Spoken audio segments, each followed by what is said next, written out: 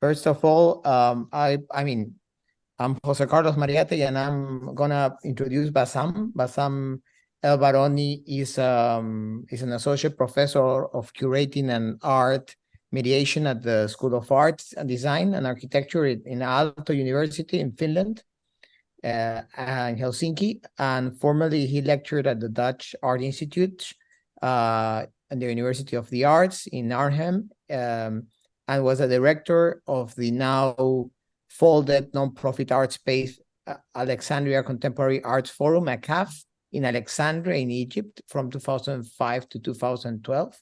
A pretty emblematic and significant space in the Middle East with regards to arts and experimental practice. His most recent research engages with issues as financialization in relation to artistic practices, AI, and curating, artist engagement with infrastructural futures and histories, and new forms of activist-led activism, artist-led activism, right? Before we start, I was talking with Bassam, and I wanted to just give a couple of comments with regards to the ops room and to the film we're gonna see, particularly because putting the film in context, putting the operation room in context, I think it's particularly important this year. Perhaps some of you know that there is a show, and I want to show some of these images, an exhibition called How to Design a Revolution, the Chilean way to design, at the La Moneda Cultural Center in Santiago right now. It's part of the activities to commemorate the 50th anniversary of the military coup.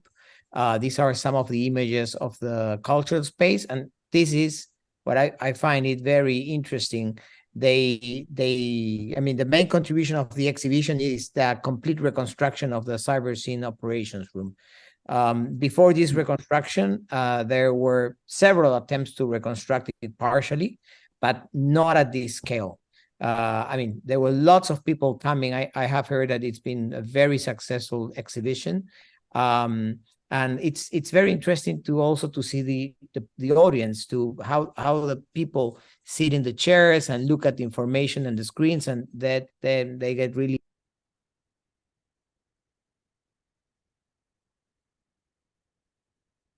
We've lost your sound. Oh, you're on mute, Jose.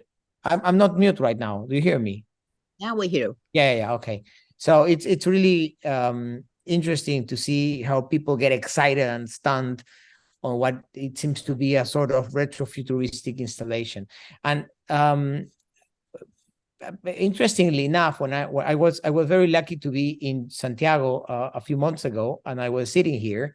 You actually could only sit in one chair. The other chairs, you just use them to see the space.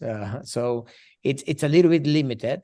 But I understand that they have lots of people that want to get into the room, so they are trying to manage the capacity, and also that the furniture doesn't have any problem with its use. And it's interesting how they are rethinking the screens and some of the images that they are showing. But when I saw this, I was also thinking about the actual elements that constitute the ops room. And when we go to the Stafford Beer collection at Liverpool John Moores University, there are several documents related to the ops room. And it's interesting because also there are some brochures on some computer systems of that time, or of the 60s and 70s, and logically they are far away from the futuristic conceptions of the ops room. Although they are very different equipment, these are equipment for to enable operations and not just looking at the information, but the complexity at that time in comparison to the ops room is significant. And when we see some of the documents that are available, some of the photographs of the construction of the ops room, it's very interesting also the high level of precision that Stafford put into developing the system. And at the heart of the system, something that perhaps it's not considered as an integral part, but was very important at that time, was the multi-projection system, or what this was called the random access projectors, which is the simultaneous use of 2 or more projectors, usually each screen being served by 2 projectors that they dissolve one image from the other. And it's interesting because in a letter from the director of Electrosonic, which was a company that was in charge of the installation of this system, they mentioned to Stafford that it's quite feasible what he's thinking of, and that they had some experiences with similar hardware for Amro Bank in Amsterdam, where they installed what they called at that moment the management information rooms. What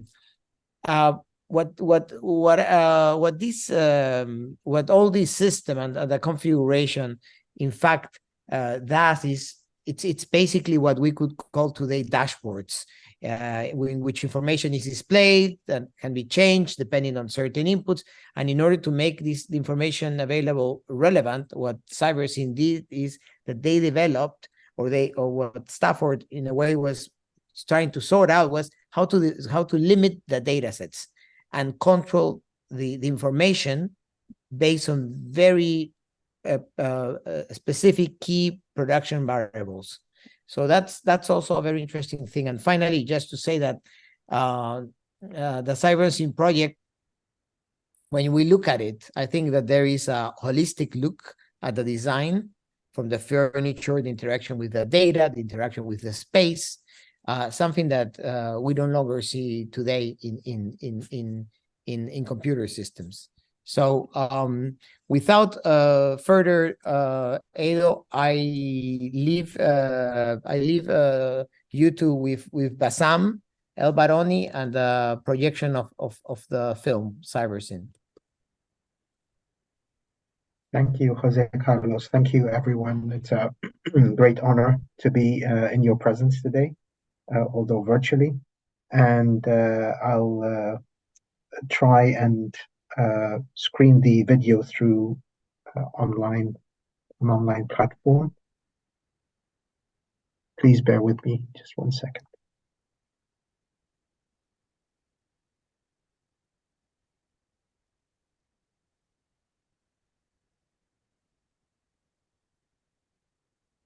Can you see my screen now? Yes. Yes, perfect.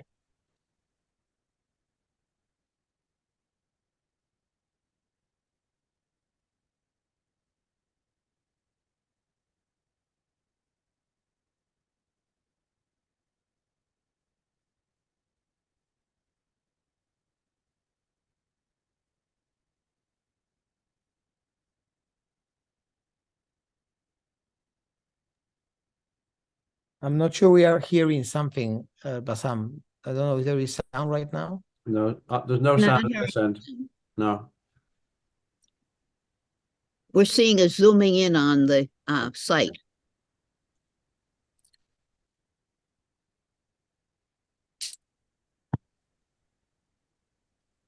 I think you need to reshare and tick the box to share your computer sound when you do. 1 second.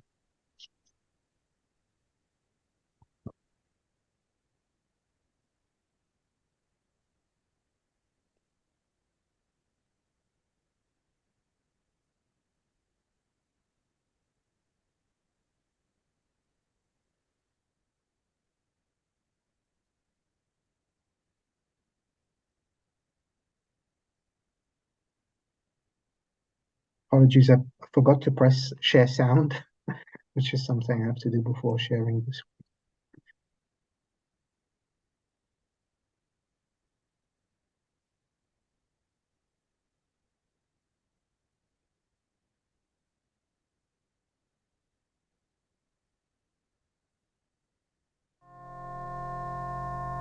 Early 1970s, Santiago de Chile. After the Frankfurt School and after Mont Pelerin, a pathway to a society enhanced by the unison of technical calculation and socialism. For prediction in the service of equality. For the inseparability of justice from techno-scientific efficiency. The Unidad Popular reached power in late 1970. The party's leader is now President Salvador Allende. He nationalizes large segments of Chile's economy, including its banking and mining sectors. Not bluffing, Allende expands Chile's Planning and Development Agency, Corfo, and instigates it to develop strategies to better control the country's production. A crucial shuffle of the cards came when the agency's young technical manager, Fernando Flores, invited Stafford Beer, a pioneer of management cybernetics, to co-develop a system that would improve the management of Chile's economy. Beer's life work foresaw the computational ontology of the 21st century, a model that places the unknowable at its core. Scribbled in Latin on the walls of his Welsh cottage are the words Summa scientia nihil scire. The height of knowledge is to know nothing. This is computational ontology in its philosophical genesis. What comes after the presumption of knowing nothing? A world built on the predictive for sure. At peace with the idea that the world can always stun us and startle our plans, computational ontology practices the science of the unknowable, putting prediction to work in a world that cannot be dominated through knowledge. Beer's Viable Systems Model, VSM, was about maximizing the adaptability of a system in an environment that it could not totally control. The VSM was the blueprint for a new breed of networked economic system called Cybersyn. He believed that most government research was dedicated to collecting data and analyzing what had already happened. Contrary to this, the key for Beer was inferring from the entire system's workings by observing how things change each time they come past you. The goal was to clinch resilience from the jaws of uncertainty, to establish equilibrium between system and environment, to reach a stabilizing homeostatic regulation. For Cybersyn and its engineers, this meant the minimization of data to achieve equilibrium and avoid instability between every tier or level of the economy. It is no wonder then that they were not interested in financial information. Rather, they focused exclusively on industrial production across each and every level. From the nation overall to its central governments, to its planning authorities, to its industrial complex, all the way down to its individual workers. By using the Viable Systems Model as a unifying modeling language across the nation at each level of recursion, those involved in Cybersyn could agree on relevant performance indicators from each wealth-producing organization and process. With the software suite operating on Cybersyn, they could collect data and observe it over long periods of time, with the view to detecting emerging instability and issuing corrective actions before significant damage could occur. The software used Bayesian time series forecasting to calculate, among other things, the probability of chance variation. As the political landscape in Chile was being shaped by external interference, Cybersyn was demonstrating its success, dodging the negative impact of strikes. However, the odds were stacked against it, and chaos ensued. We shall not be moved. We shall not be moved. Let those who don't believe hold it to the test. We shall not be moved. United in a labor union, we shall not be moved. United in a labor union, we shall not be moved. Let those who don't believe put it to the test. We shall not be moved. Building socialism, we shall not be moved. Building socialism, we shall not be moved.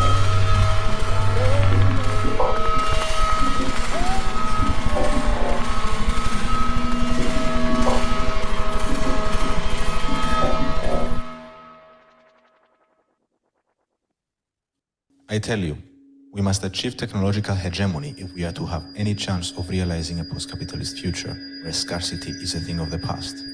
The question is, what is the strategy for this technological hegemony? We need to consider how existing technology can be redirected and repurposed immediately. No use waiting for the revolution. But hegemony is not an all or nothing game. Hegemony and counter-hegemony are like the constant amount of total energy in the universe. This energy cannot be diminished, only combined and recombined in different configurations to produce different effects and phenomena. If you insist on starting your counter-hegemonic ascendancy through the repurposing of digital or other infrastructures, be aware, my friend, it's not as easy as you think. No one said it was easy, but the artefactual Cybersyn of the 70s was a pathway to hegemony for democratic socialism through gradual change based on existing technology. It wanted to transform cybernetics from a science of control to one of maximum autonomy and equal distribution. Isn't it funny that today we have at our disposal the most advanced predictive technologies, and yet we are also exposed to unprecedented uncertainties? Risk no longer consists of a finite number of calculated dangers that we can deploy precise preventative measures against in an attitude of control. Today, control, as understood by ancien cybernetics, isn't something to counter in the first place. We are in the middle of a whirlpool of new risks constantly emerging as if out of thin air. This forces us into an attitude of resilience, whereby plans, means, and ends can be modified at any moment, and our practices are liable to lead to unsatisfactory or undesirable results, rather than the expected benefits. If we are to update Cybersyn, it will have to be programmed to understand that its capacity to estimate the risk of a future decision is now modified endlessly by the activity of improving the efficacy of predictive hypotheses. This is the science of the unknowable on steroids, science bereft of any attachment to naturalist notions of stability or equilibrium between the system and environment.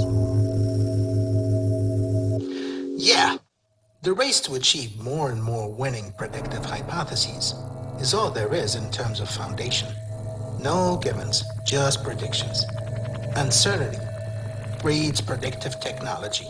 However, rather than reducing the risk that humanity is facing, it seems that our sophisticated learning processes, through which hypotheses are constantly updated, are merely bringing about more awareness of the unexpected threats that can hardly be kept under control. So, should we set our sights on achieving a new type of hegemony, one that is absolutely without control? What on earth is that? What do you mean? I know that I won't get a straight answer from you. Let's not argue. Of course, we can develop counter-hegemonic strategies, and these might have very real ideological effects. But there are so many variables at play here. How do we measure hegemonic forces? It might not be as easy as simply saying that we are embedded in systems and infrastructures, and identifying those as digital networks or financial instruments. Hegemonic forces could also be measured in less graspable units, such as density and/or intensity. For example, there may be as much hegemonic ideological intensity and density incorporated in a Hello Kitty mobile phone cover as there is in an entire government office, in a society's arts funding system, in a nation's electrical grid, or in a train network. The scale of material and immaterial resources embodied in one or another form action, system, or network does not correlate to the potential for transformative societal and cultural impact. Neither does it predict the possibility to trigger chain actions and reactions that would spread certain values and worldviews. Now, wrap your head around that. So what is our mission as Cybersyn 2023 then? And should we also get a Hello Kitty makeover?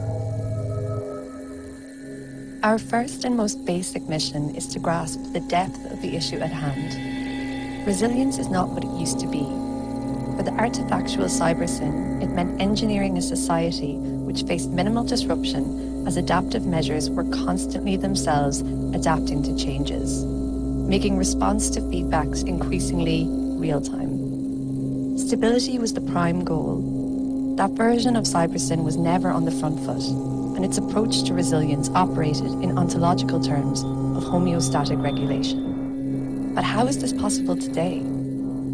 The computational resilience of today forces us to be more open to the world rather than seeking to react and respond in a negative or protective manner. It's the resilience of gamblers. Predict and counter-predict ad infinitum. Anybody is free to take a chance, but nobody can leave the table. Exactly. Every time you make a prediction, you're betting on the future blindfolded, with only partial and asymmetric information as your crutches.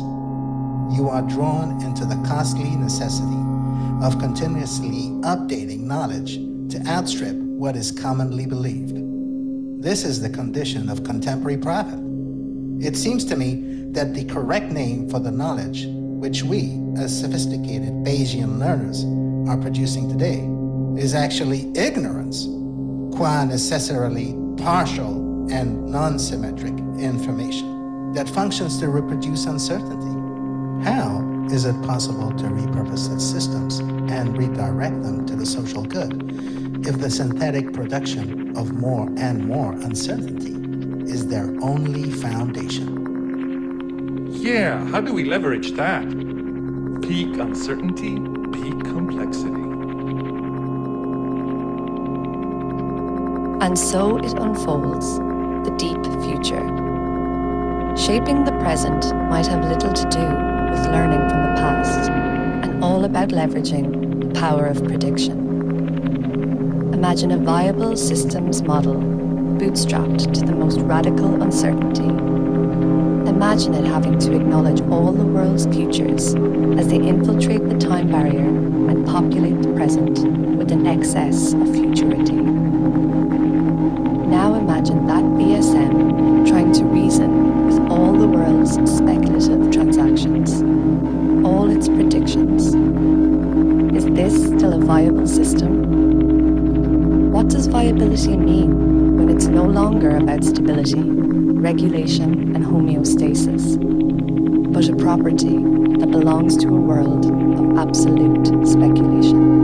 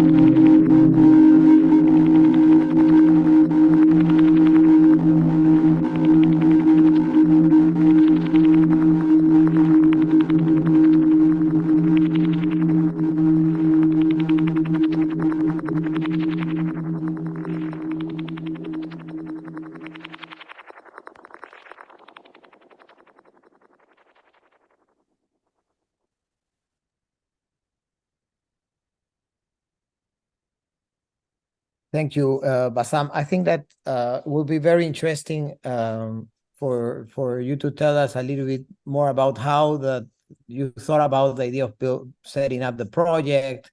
I mean, what were the initial challenges to develop it, how you came to the idea, and also, I mean, it's interesting that perhaps you can explain us a little bit more about the especially the end of the video, when the ops room explodes, no? Yes. So I'm maybe just going to share a little bit of the kind of background that kind of motivated and inspired the whole topic. So maybe I can just share my screen here.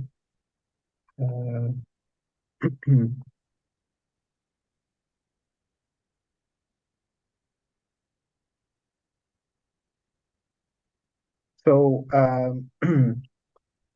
I mean, the main thing that I want to say is that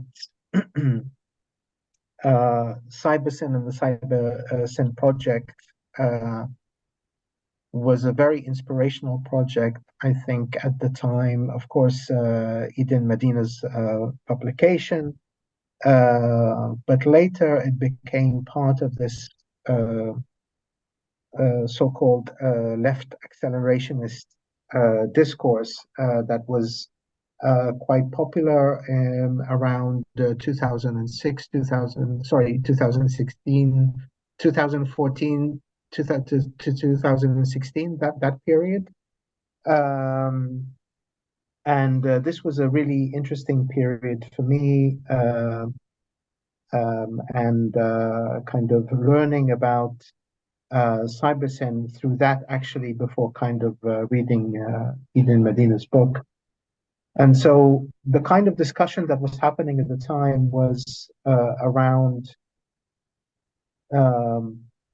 this idea of a kind of a technological counter-hegemonic narrative in which existing technologies are kind of mobilized to kind of generate or kind of bringing in a kind of post-capitalist future. And the kind of idea that was really developed around the time, or articulated around the time, was while democratic, participatory, and commons principles were kind of central, what this particular kind of counter-hegemonic narrative or a route to a post-capitalist society or future outlined was it kind of posited economies, infrastructures, and big data as rather than parliaments as a site for the political. So by in a way gaining hegemony over kind of infrastructures and kind of producing a kind of hegemony over those, there would be this process whereby kind of a post-capitalist future would be instigated, at least. So central to this argument, of course, was which was an argument that, of course, started in the UK very much. So I think it's quite relevant, and there is a kind of, I think, correlation between Stafford Beer's legacy and between this whole discourse. I think the book Inventing the Future by Nick Schrinchek and Alex Williams was very central to this kind of discussion, and in it they developed this idea of a technological kind of counter-hegemony, which is what you see alluded to in the film in many ways. The kind of one of the central topics of discussion that the chairs are debating is this. So they say under capitalism, technology's potential is drastically constrained reduced to a mere vehicle for generating profit and controlling workers, yet potentials continue to exist in excess of these current uses. The task before us is to uncover the hidden potentials and link them up to scalable processes of change. Of course, for them, this is ultimately a kind of utopian intervention insofar as repurposing aims to ignite collective imagination about what we can be done with the resources at hand. And this is where Cybersyn comes in. In the chapter around repurposing technology, the main example that they have is Cybersyn, or there are other examples, but a lot of the discussion is centered around Cybersyn, Project Cybersyn. And they say that Cybersyn underscores the potential for repurposing technology beyond capitalist purposes. They make the argue that they argue that it's designed for kind of decentralized economic planning, and was adapted. It adapted cybernetics into an infrastructure for democratic socialism that was participatory, and of course key to why it's part of this idea of repurposing technology as a pathway into post-capitalism is because of the kind of technological challenges and economic challenges that Chile was facing at the time. So then it had the limited access to advanced technology, which led to this makeshift approach, and through in a sense, bits and bobs, telex machines, and so on. There was a great ingenuity in kind of creating this whole kind of complex system that was, at the cutting edge of kind of cybernetics. And a kind of like it was a state of the art of cybernetics, but without being, in a sense, cutting at the cutting edge of technology. So repurposing can be a pathway to a counter-hegemonic order to financialized capitalism. So I think that for me was a kind of very interesting proposition at the time. And years later, when I kind of read and researched Cybersyn a little bit more and was able to get a little bit of funding to produce the film together with my colleagues, Konstantinos Miltiades, Yorgos Sherovim, and Gerrit Sharma. I think the central question was how, one of my main topics of research is kind of alternative economics, in a sense, and how artists are trying to develop and engage with economic and infrastructural issues. And one of the main questions that I had that came to mind was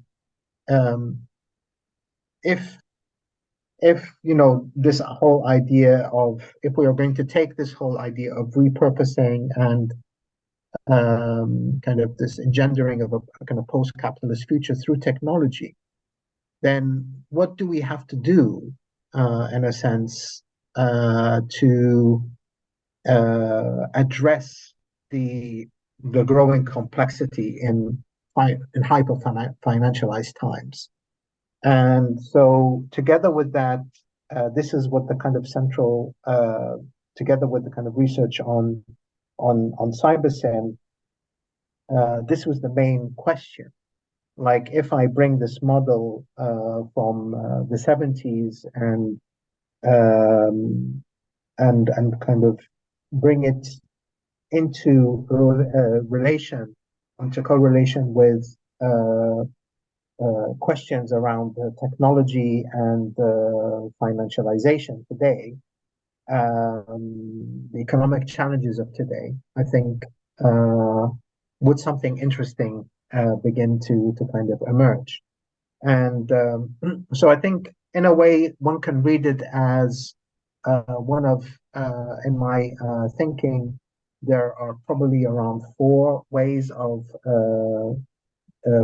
in which artists and artistic researchers deal and engage with economic and infrastructural issues. You can think one of them is a category that I call leveraging practices, where they use art to try to, or their artistic competencies to kind of leverage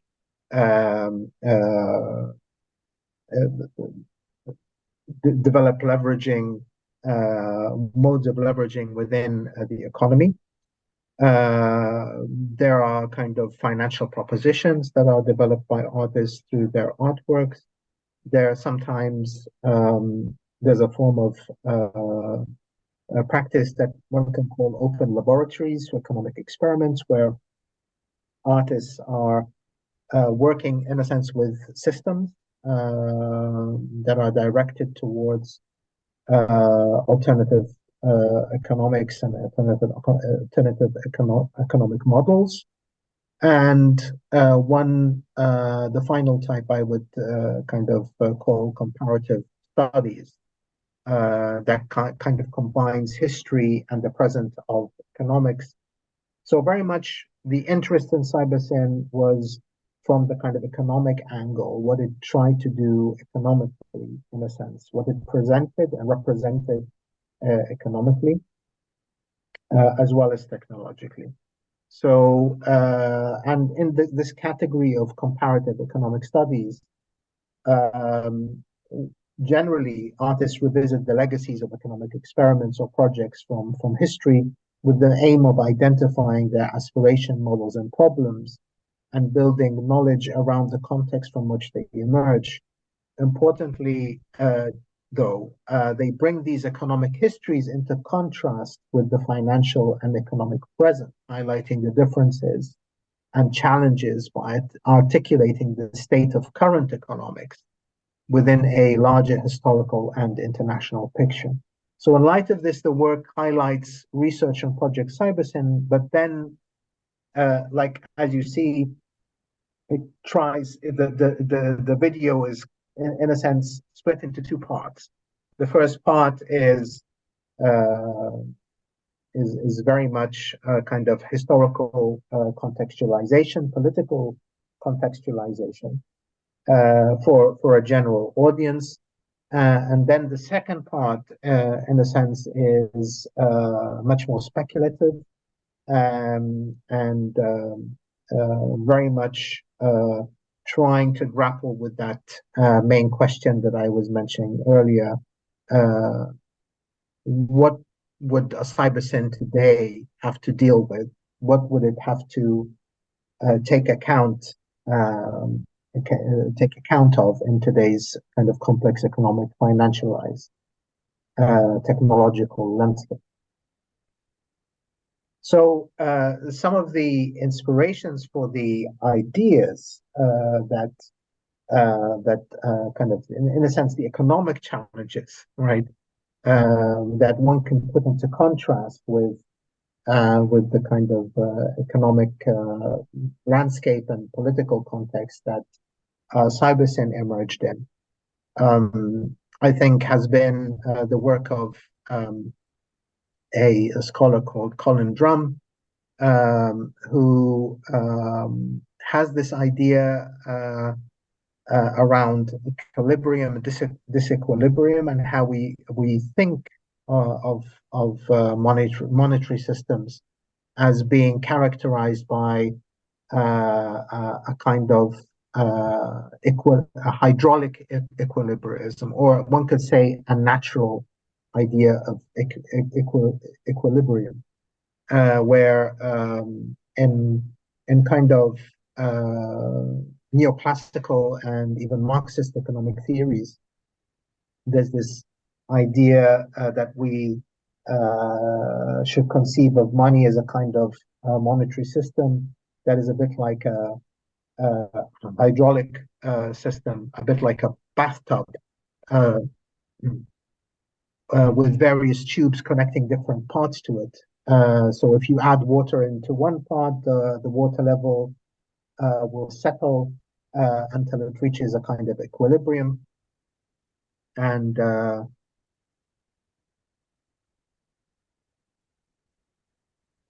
similarly, according to this way of thinking, if you create more money with the amount of goods and services with which this money presumably represents remains constant, then the value of the money must settle through the process of inflation until it returns to an equilibrium. So there's a relation of equilibrium between the real and fictitious, which becomes upset by the overproduction of so-called fictitious kind of capital.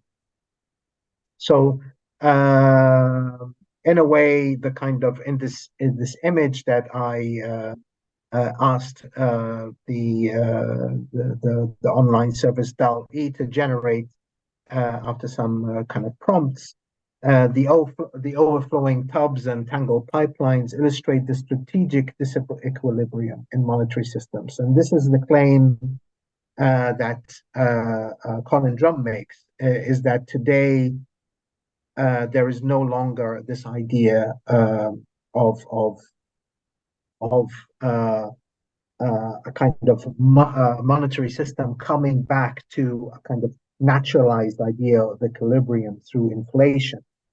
In fact, we should understand monetary systems as being kind of characterized by what he calls a strategic disequilibrium. You know, the idea of money returning to equilibrium through inflation is no longer kind of a realistic idea in today's financialized world. There's a kind of suturing between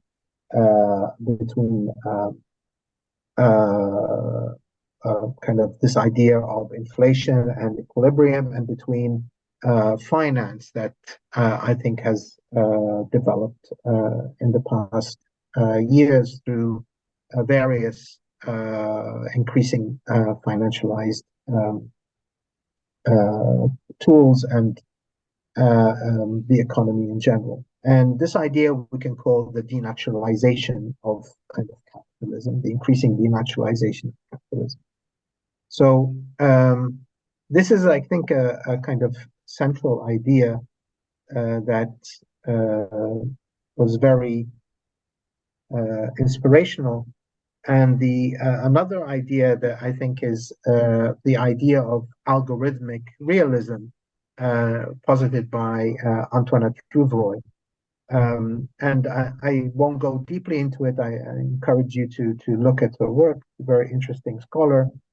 This is kind of like perhaps a claim that she makes, where which is the idea that knowledge is not produced about the world anymore, but from the digital world.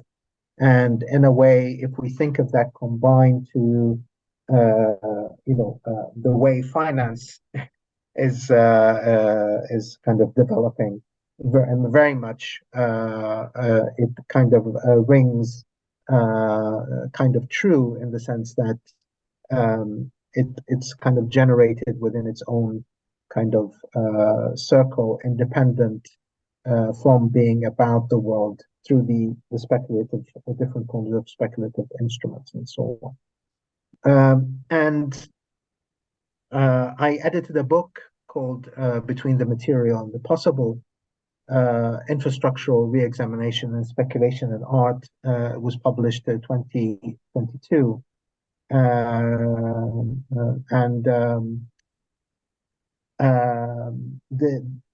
My very good friend, the artist Bahar Nourizadeh, wrote an amazing text in that book called Cybernetic Pasts, Financial Futures, the Calculation of the Unknown, very much related to her doctoral dissertation. And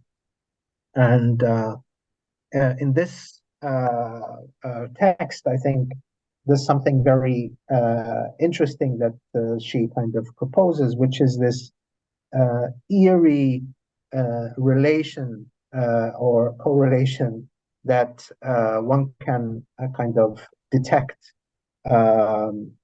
in terms of similarities between the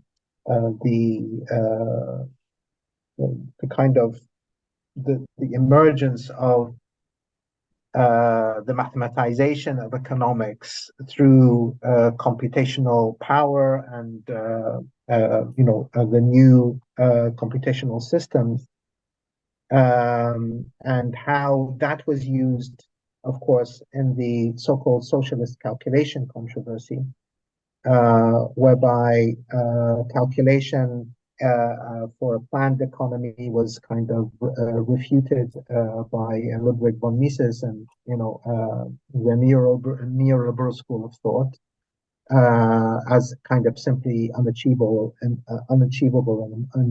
impossible, and how calculation was also then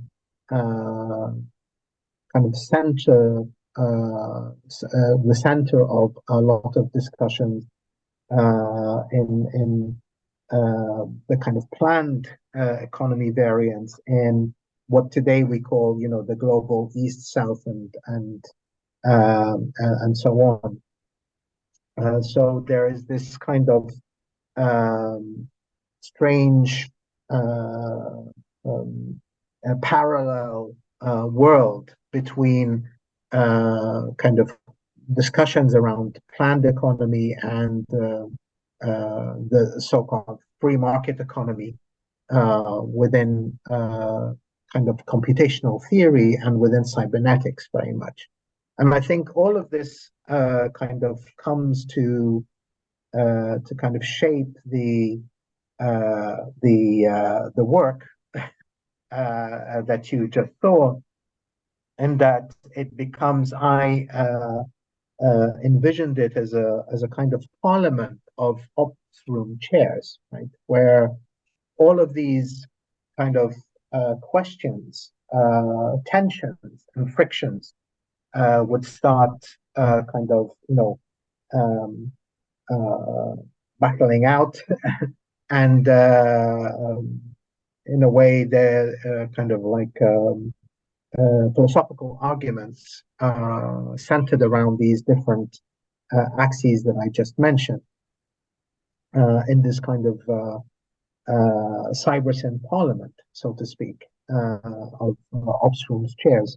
And I think why there are no people is precisely because this is not Cybersyn.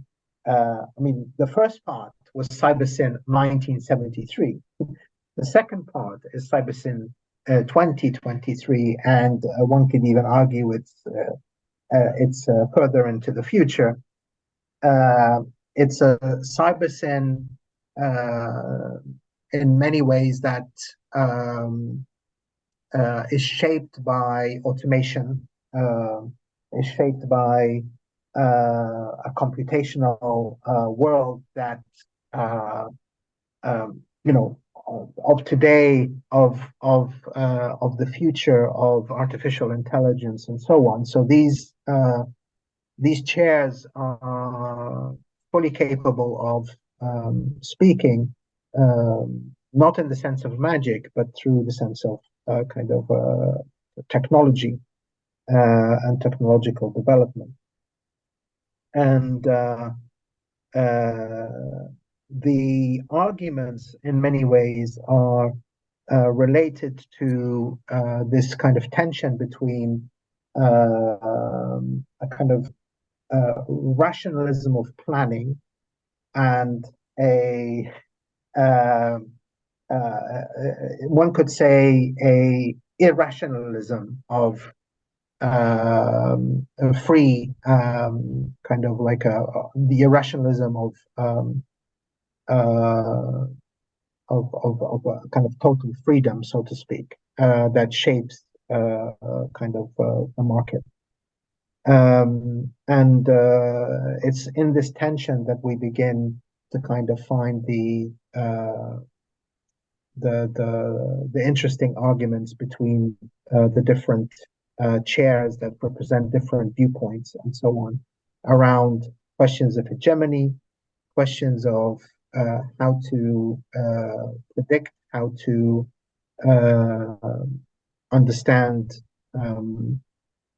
the different notions that were put forth by Cybersyn, political and economical notions that Cybersyn embodied, and different legacies in cybernetics.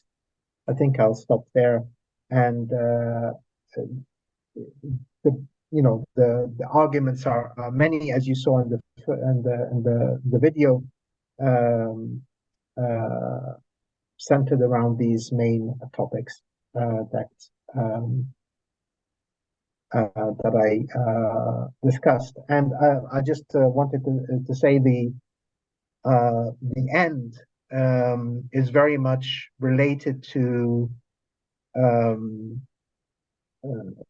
I had a brief chat with José-Carlos yesterday, and he brought up the kind of the issue of the ops room as a kind of fetish, and of course he showed today the exhibition in Santiago that had the ops room, and in many ways the explosion is in a way one could even say it's a way to think past that kind of fetish and into the kind of the non-representational core of what the project kind of embodies and represents, and with the key idea being that core, that representation, I think we need to surpass it in order to capture it anew for a future. So I think that's why there's the explosion at the end. Thank you. Thank you so much, Bassam. I leave now open to questions or comments. Thank you very much for a very engrossing and interesting presentation. I think we'd like to move to questions now, and I'd ask if people would limit their question time to not more than about 1.5 to 2 minutes so that we can hear from everybody. I think we'll go over about 15 minutes to allow for the time that we missed on the front end due to the technological glitches. So who would like to ask the first question?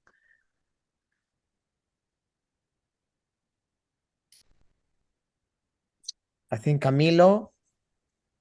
Yes, Camilo. Yes. Hello, everybody. Thank you very much for this wonderful seminar. I totally enjoy the film, but I'm just it's not a question. It's just giving you the opportunity for elaborating on two concepts that I found to be really transcendental for our research, and that is the concept of computational ontology and the idea of algorithmic realism. I found in everything for me relating philosophy and cybernetics, as for some of the people in the room, is important. Yes. Thank you.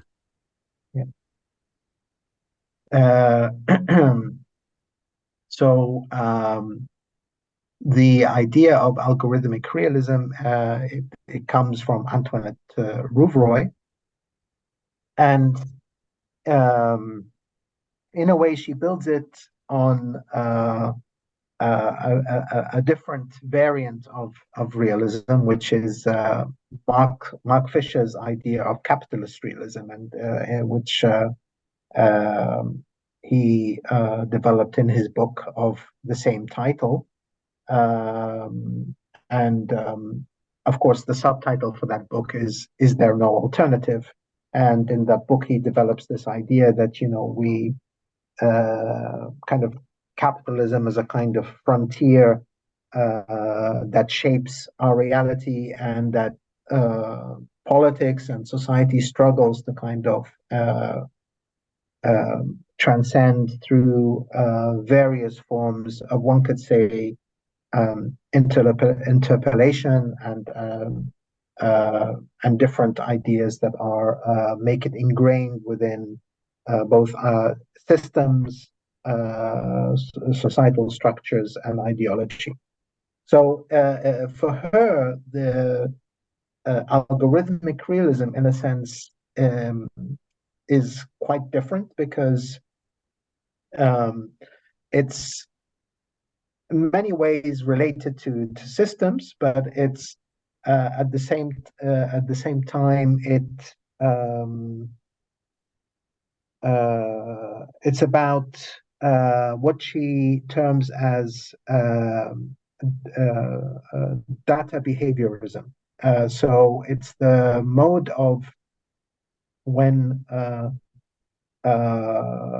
there's a kind of strong connection between the kind of data worlds that in many ways are moderated and created through different powers, corporate powers, etc. today that shape data collection and models in a way where we live in a kind of algorithmicity that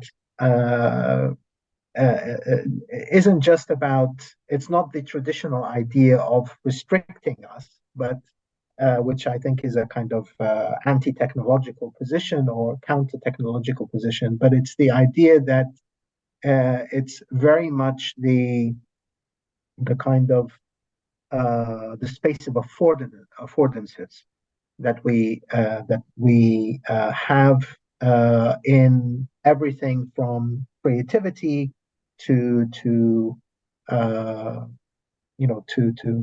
everyday kind of life. We are shaped. We need to take into account how, for example,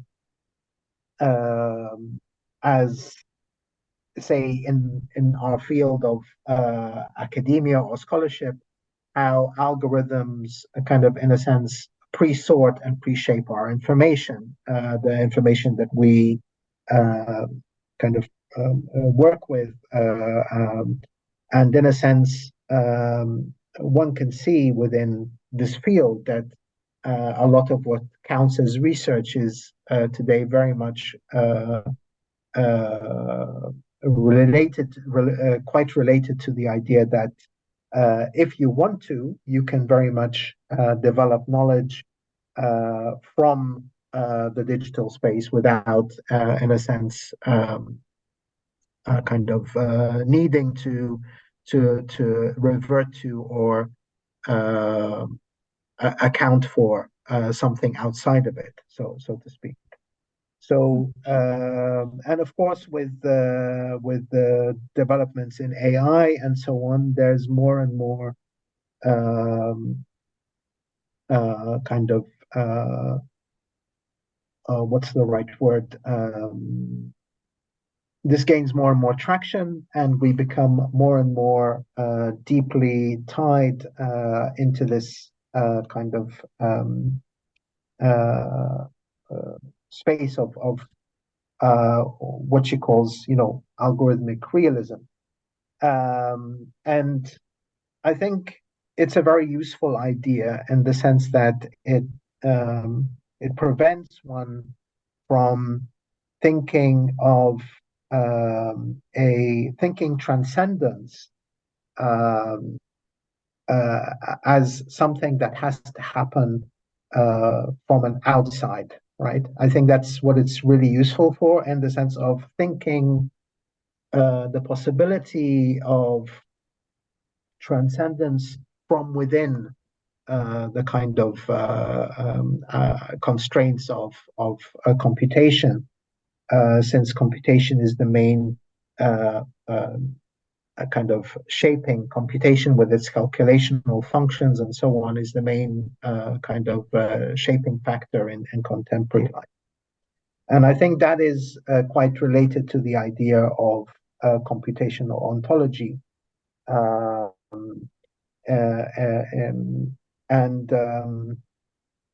think for computational ontology, I use that term to reflect on kind of an idea of ontology that very much is guided by ideas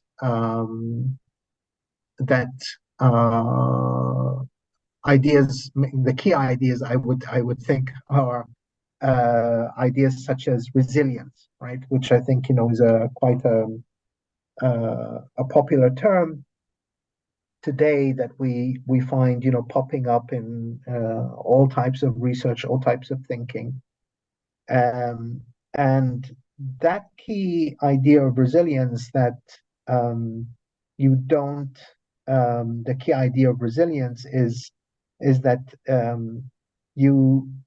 is the kind of adaptability that is based on a kind of predictive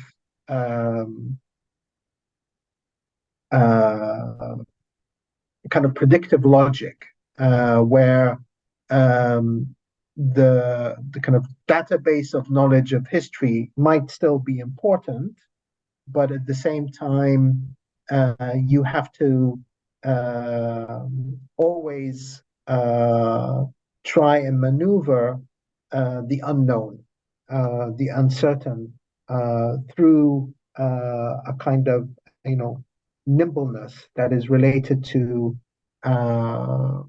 calculation and adaptability within the kind of computational mechanisms and so on.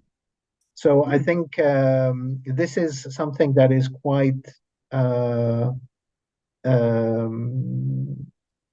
in my research of Stafford Beer's writings and thinking. There is in a way quite a lot of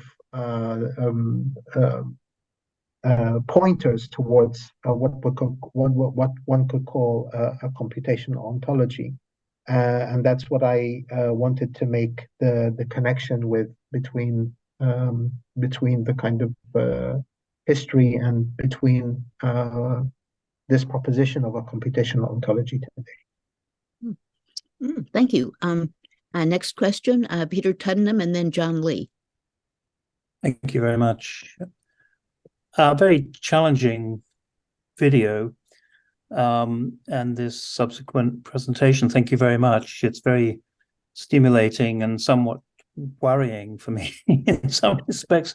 I mean, in fact, that's probably a British understatement. The notion of getting all our knowledge from digital sources and computational ontology and so on, as a reality in 2023 is extraordinarily disturbing to me, of course. And I reflect on the fact that Stafford was working in a steel company with experience in other companies, admittedly, and the British Army. And so I have some affinity for all of that at a time in the 60s and 70s that's very different from today, where we had no mobile phones and no large language models influencing our everyday behavior. And he developed the VSM there, and I know that VSM, has been applied in many, many different situations and is being applied today in very large organizations. But I wonder who is working on these issues around sort of the next generation viable system model in this, turbulent world with multiple people on the move and are still, observing barbaric behaviors at all levels and in all ways. I mean, I've been struggling with a sense of nature. I mean, Stafford used the human body, brain, heart, Yes. functioning. We need to, and with everybody moving to cities and getting divorced from nature, somehow we need to recapture the spirit of nature, our embeddedness in nature, and develop the next generation viable system model. And I just want to know who's prepared to work on that and to be in contact with me and everybody else that's interested. And can we get a group of people together that want to work on that, please? Because I think this is, well, anyway, that's my soapbox, and it's kind of a question, Bassam, that you sort of highlighted for me. And where do we go next? Who's working on this? Let's work together on. I think that's a really interesting question. Of course, that's why the kind of provocation, if you like, that the video makes is this, related to this kind of satire from nature. I think, with the VSM being so kind of embodied in the kind of relationship to kind of nature, and with finance seemingly kind of spiraling into this kind of absolutely non correlationist space with anything that's natural, the completely synthetic models and so on. I think it's really easy to kind of forget that a lot of cybernetics was kind of based on this idea of nature, or a relationship to the natural. So I think one of the provocations is, can we think of a viable system model that takes that into account? Takes this new synthetic world into account, and perhaps through that is able to institute a new kind of idea of the VSM. So anyway, I think your question is very interesting, and hopefully somebody will come up with interesting research related to that. In fact, somebody has already posted on them. Oh, thank you. John Lee? So I met Elena a long time ago, and she told Stafford about me enough that I got to write the Reader's Guide for Platform for Change, the second edition, with art by Vanilla Beer. So yes, thank you, Vanilla. So I just want to say, number one, what an amazing presentation. What a great articulation of our ideas. What a great embodiment of what BSM is about. Thank you very much for learning, studying, articulating, arguing, and understanding BSM so well that you could put together the video. It was an amazing, remarkable thing. I have to tell you that my carport outside, I have maps of England and maps of all the states of the United States and Germany, where I was born. But that's my try to do what you've done and create that in a real time now, which I've been talking to Peter about so long that it's entertaining that I'm following him. What I want to say is that I think the power of the viable system model is to bring us back to nature. That the problem with the 20th century is we've mechanized everything, and we've learned to think that way as though that's reality when it's not. So when I was in Amsterdam talking to Sarah, she said, the 14-year-old girl juvenile delinquents that I'm working with stand next to each other with their cell phones and digitally talk to each other. They don't speak. That's the world that the kids are in now, and that's the world that they think is real. I think that the challenge is not to have have digital duplicate nature, which is what we're trying to do now. Yes, but yeah, it's true. Yeah. but to go back to nature. And that actually what this is all about is Buddhism. Be here now, be in the moment, discover what's real, and then look at that in terms of this future at this moment. And that's what Yes. Stafford's power is, as far as I'm concerned. So the main point I wanted to make is Gregory Bateson's daughter, Nora, is working on the idea of warm data as opposed to big data. And that's where I think you started, which are what are the main points? Let's not get lost. Let's not get the devil in the details, because the reality is we need the North Star. The whole point of cybernetics is to say, where are you really going and I'm a sailor. How do you get to where you're going, regardless of what the conditions are? But when you look at the environment within BSM, it's to document all the conditions in the environment so you're seeing the real world and not just the system itself. Thank you for a wonderful presentation. No, thank you. You're absolutely right, and thank you. I will definitely check warm data. I think that's you're absolutely right, and I think, like I said, it's a like sometimes in artistic practice we have this very in a sense we go to extremes to highlight differences, right? And I think that's one of the methods I together with my colleagues used in the video.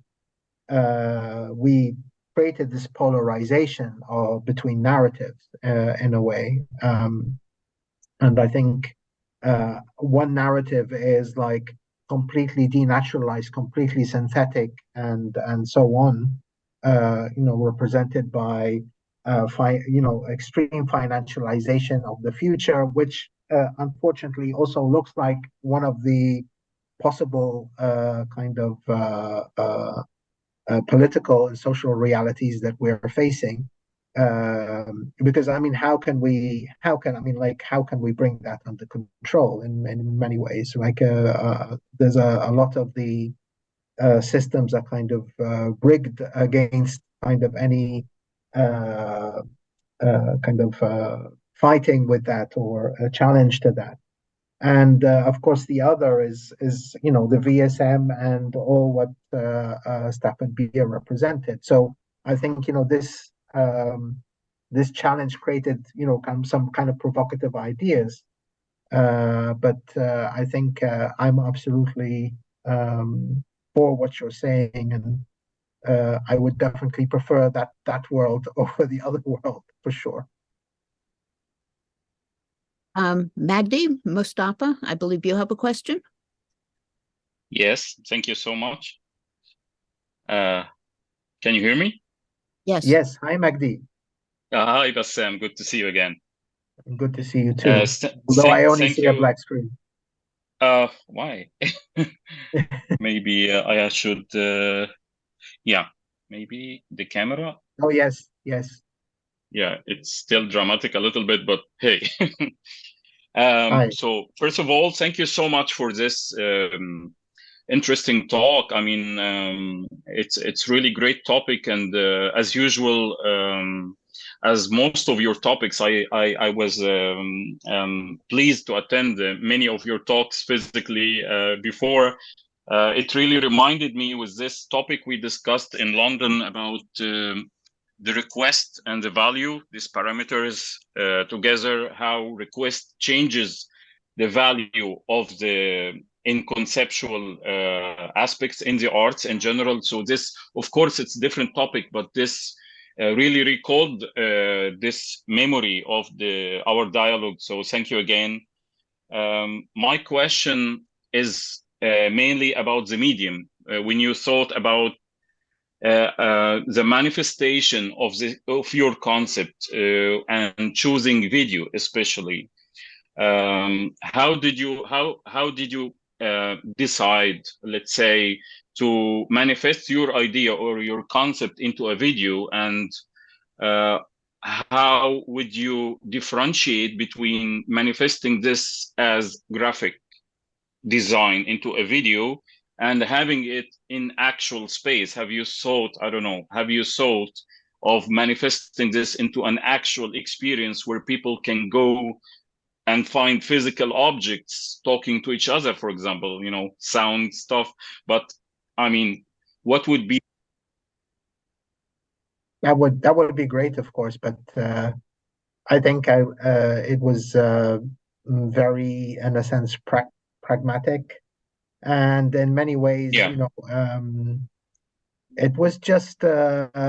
I mean, the way it started, it was really kind of just as a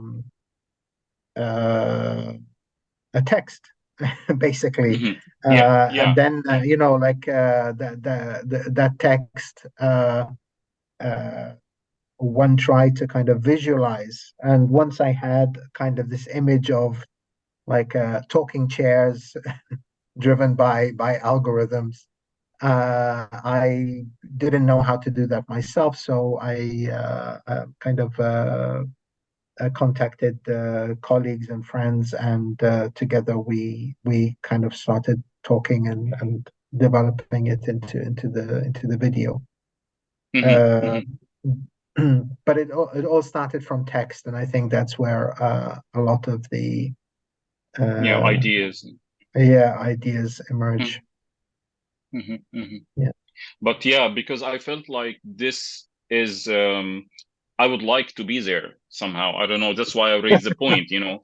I felt like this is really like an environment that would attract me to be there and to physically feel it, or maybe through a VR, I don't know. So I this is also like using the same technique to criticize itself or to raise questions. This is also a part of it. So I mean, it was just it was a point that I wanted to raise with you, not really a question. But yeah, thank you, Magdi. Thank you so much. Absolutely. Yeah. Thank you for the talk. More questions? Elena? Raul? Yes, Raul is here. Thank you, Bassam.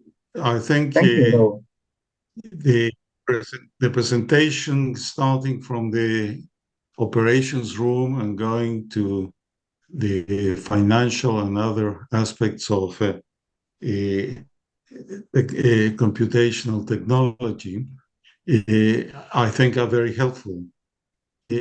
Perhaps the point that I would like to hear from you is I certainly feel that by the end of this conversation, the emphasis in the viable system model is very welcome.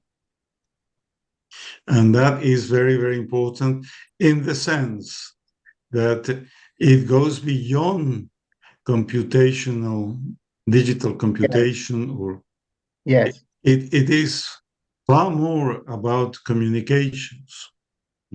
So the viable system model is not just about digital computation, but it is about how is it that we in society communicate with each other, and as a result of that, we create new purposes, new interests, and so on.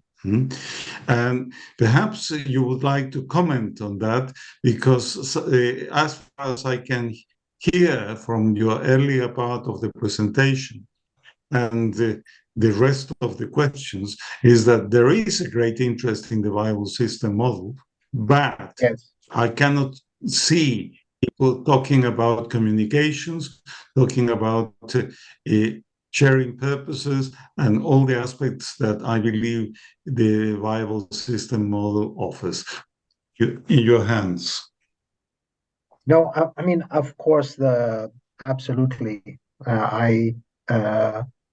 Of course, you know, I have to caveat this with the, you know, the clear statement that I am not qualified as a scholar of Stafford Beer's work, or, you know, very much a kind of artistic researcher, and my knowledge is, as much as I have tried to, is not going to be kind of an expert opinion. But as far as I know, I am totally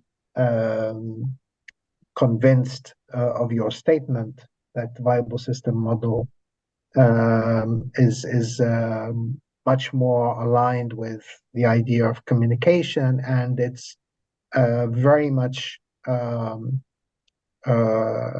flexible model that can be reappropriated through many different technologies if we think about it. So it's not linked to digitality as such, but I think that's why in the video there's a clear statement where the narrator, which I think is me at the beginning, makes a comment about the Cybersyn kind of a database being not interested in the financial details, but kind of more related to production details of the system, and it's about it was more about communicating between these recursive elements in Chile, between the factories, the workers, between Corfo and so on. So to create this kind of nested system of communication. So definitely Cybersyn was much more related to that. But I think the question the video tries to deal with is more like of a speculative question, kind of in a way trying to extrapolate from that point and looking at how, if that model were to be injected into our current world, the kind of, in a way, pressures and stress points it would have to deal with. It would be kind of a very difficult kind of situation. And maybe that's not a very realistic thing to do, but I think that's the kind of, in a way, kind of like a conceptual exercise that I was trying to develop in the film to create these questions. So I think the film tries to, in a way, it ends up with more questions than it does with answers. Yeah. Thank you. Are there more questions? If not, I have a question. John Lee's had his hands up for a few minutes. Oh, is that a second question, John? Yeah, I just wanted to respond with two things. One is the fact that you as an artist can explain BSM is a testament not only to you, but how powerful BSM is. What Raul is saying is when you have two people that speak BSM, they can communicate with each other, discover what their differences are, and begin to work through them or acknowledge or accept them. But when you start with a different model of the organization than the other person has, you start with so many disagreements that you don't understand, that the whole point is what Raul said. You have two people that build their maps of BSM and you go, wait a minute, let's look at how they're the same, and then let's look at how they're different. And at that point, you can communicate about what you're talking about. It's the beginning of conflict resolution. The second point I want to make is there are many places in Platform for Change where he talks about money. And the point is, in the 20th century, we've religiousized money as the driving value through which we prism everything else.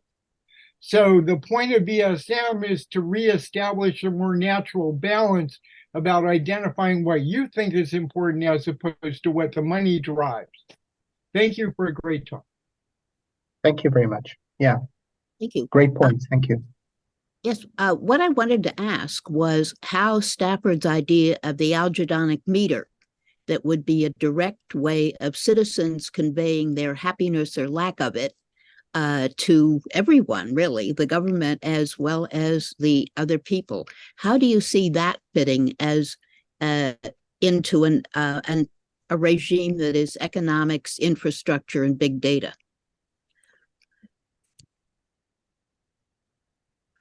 That's interesting. Interesting question. I haven't thought about it, but I think this is a fascinating question because I think in many ways there there are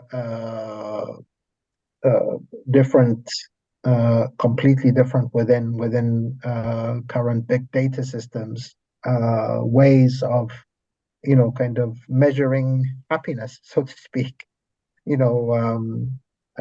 I don't think they're accurate. I don't think they're very useful, but I think it's measuring satisfaction. A lot of our systems are based on the idea of rating. I think that's a key difference. I think would be from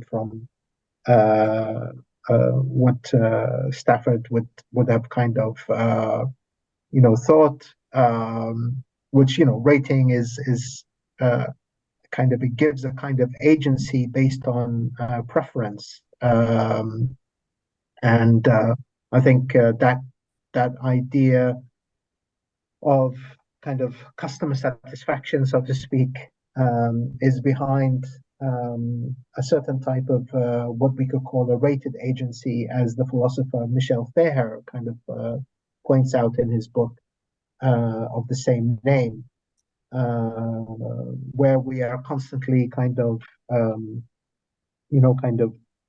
liking or rating each other, and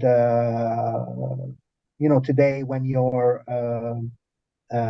hailing a cab or a taxi, you're doing it through an app, and then you're supposed to kind of give back a kind of a rating of the driver and your experience and so on. So these types of behaviors that I think are quite prevalent and within current big data systems are, of course, very different than I think than any kind of thinking that of the algedonic meter. But it's quite interesting again to have this kind of comparative way of thinking between kind of what we've kind of developed as systems today and what kind of Beer's research in cybernetics kind of proposed. Oh, thank you. And Carlos, you had a question? I think that'll have to be the last question because we're getting close on time, but go ahead, Carlos. Oh, thank you. Well, congratulations on the movie. I really like it, and the whole point and how it how you capture the whole BSM from the point of view is just beautiful. It's not a question. I like to add on that, on the whole thing you guys were talking about at the end, about the algedonic meters and sort of the BSM on the 2023, how I see it, right? So I think the answer sort of was in the presentation and the questions after it, because I hear you guys talking about the how we have personal computers on our hands right now, and some of the practices of the BSM were like sort of centralized because of technology. You have to have this command center, right? And now that we have decentralized computers and everyone has one in their hands, I think the algedonic meters are decentralized also, just like ecology. Like we have to make a good user interface, to say, so we can express our handoffs and our local needs or local economical needs and then people will experience this new sort of data. Like I create data for me and for my neighbor and for my grocery store and for my producer and for my local governance, and then that data will go up instead of like big data.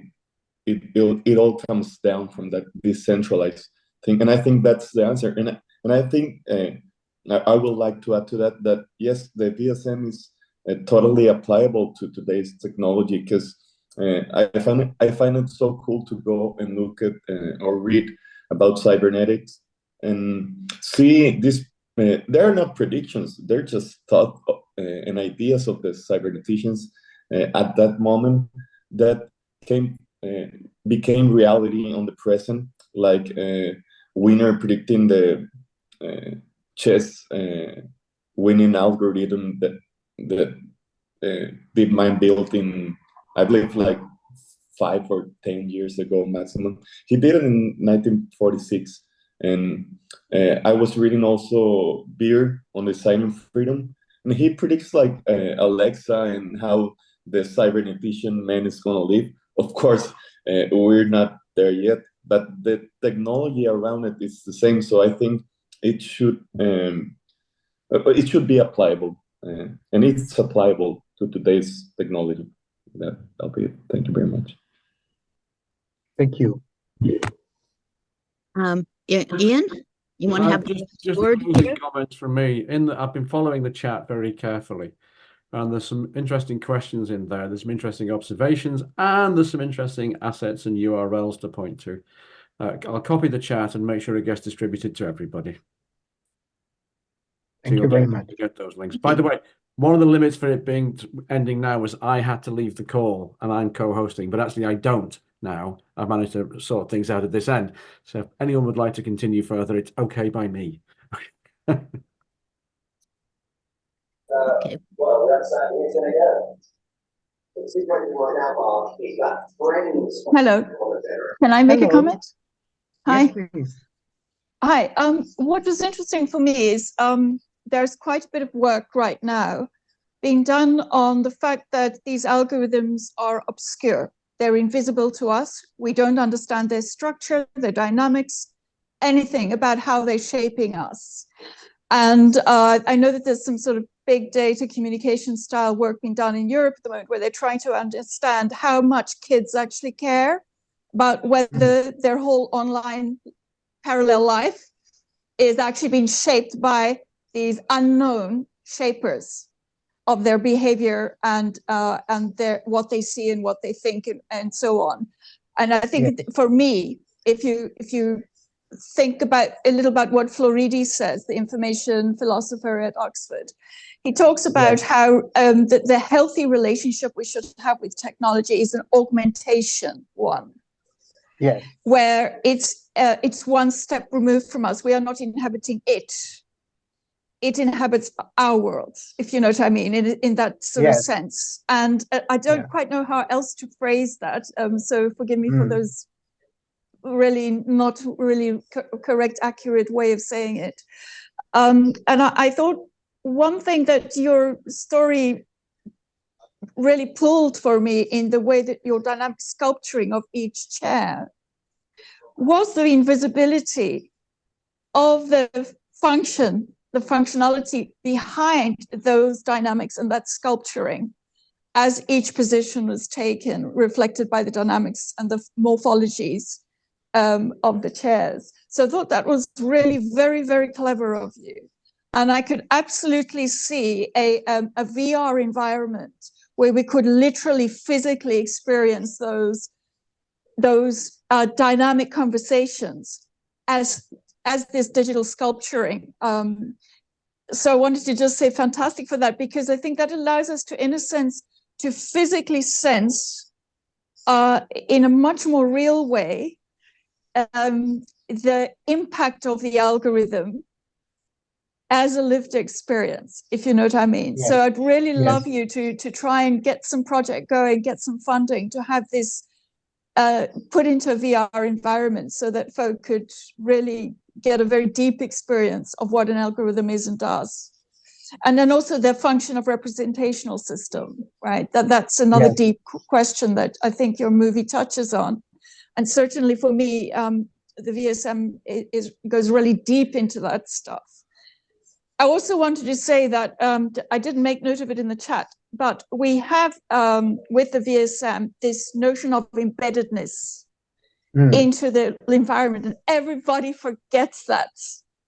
Yes. They forget that we're deeply embedded in the environment, you know, and in nested ways. And so that for me is the hope that the VSM gives us. Because right now we don't have a lot of it, to be honest. I mean, it's just we're really in a very, very dangerous, bad place. And it's because we've lost this notion of being deeply embedded in the real world, in the natural world. And I think even just, I blame religion for it.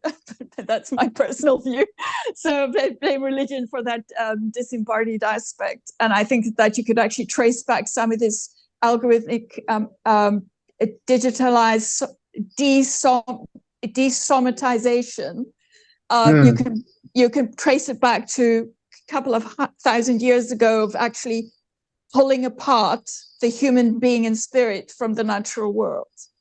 And that's my philosophy or view, and welcome to argue with, you know, on that. It doesn't mean to say there's no spiritual world that people have a sense of, or a faith of whatever it is they might have faith in. But I think this dislocation that is being progressively torn, especially with the development of rationalization as a philosophy rather than just as a function, is really important. And I think you touched briefly on that, didn't you, with this rationalization aspect. And I wanted to challenge your word on that. I wanted to ask you why you didn't think of it as creativity, why you spoke of it as rationality. Yeah. Sorry. I mean, I didn't mean it rationality as a kind of philosophical project. I meant it as a kind of mode of argumentation, or more than, you know, not rationalism as in like rationalist philosophy, but more as a kind of mode of communication. Yeah. No, but thank you for your points. Very interesting. Yeah. Do we have more questions?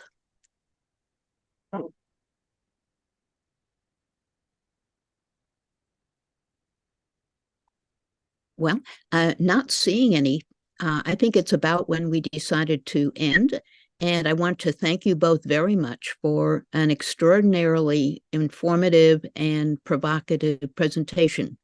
And I think we all can appreciate that. Thank you very much. Thank you for having me and hosting me so generously today, and for your time. And I'd like to thank José-Carlos for his very generous time and generosity in kind of introducing me, and his interest in the project, and bringing me to your world. Thank you very much, and thanks. I really appreciate it, and it was such an honor to be in your presence today. Well, I think the honor is mutual. Thank you very much. Thank you very much. Have a good night. Good night. Okay. Thanks, everybody. Bye.